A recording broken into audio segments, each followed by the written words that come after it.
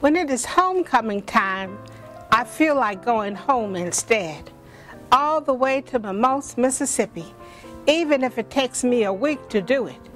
Aunt Kit asked me to go with her to see about Bay, who is in jail, and I can say no to eating classes, and I don't want to say no to Aunt Kit. She done gone down there and got in trouble. Aunt Kit told Mama, who told me, Bay in trouble again. Because I am good and a student at Eden University, Aunt Kit wants me to go with her to Mimosa. She has enough shame and worry to travel with. I am her escort of goodness and success, if she only knew. I can say forget you to Eden classes, but I don't want to forget Aunt Kit.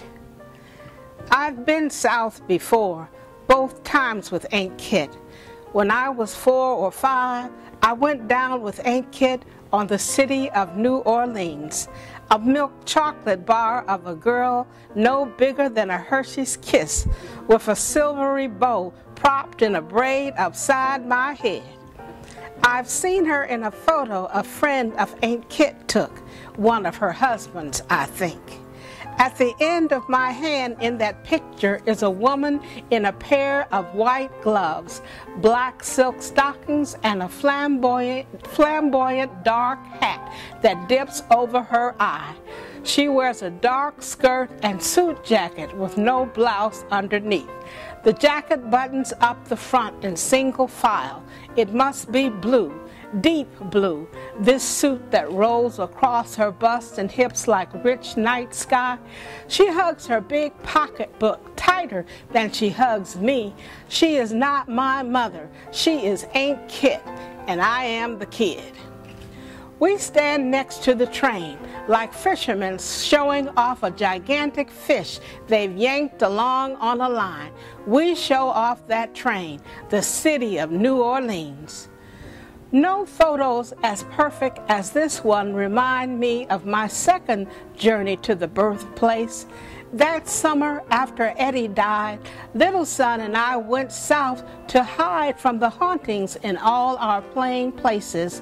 In the center of that Mississippi summer, we grew through grief like flowers absorbing sunlight and water.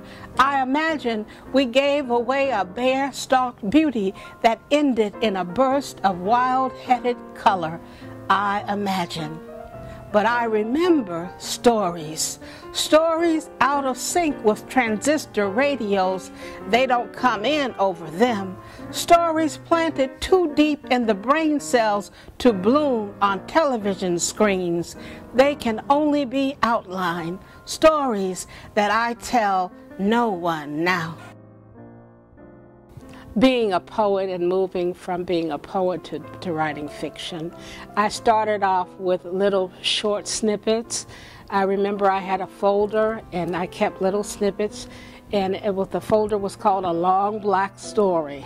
And I started those snippets when I was living in the NU apartments in the fall winter of 1969, 1970. And from there, the pieces got longer and longer until I was able to write stories that were the length of a chapter. And then I had to begin to, from chapters, begin to be able to see a movement from one place to another that incorporated chapters leading there and going somewhere. And I still had a problem with plot. So it was in and editors kept telling me that.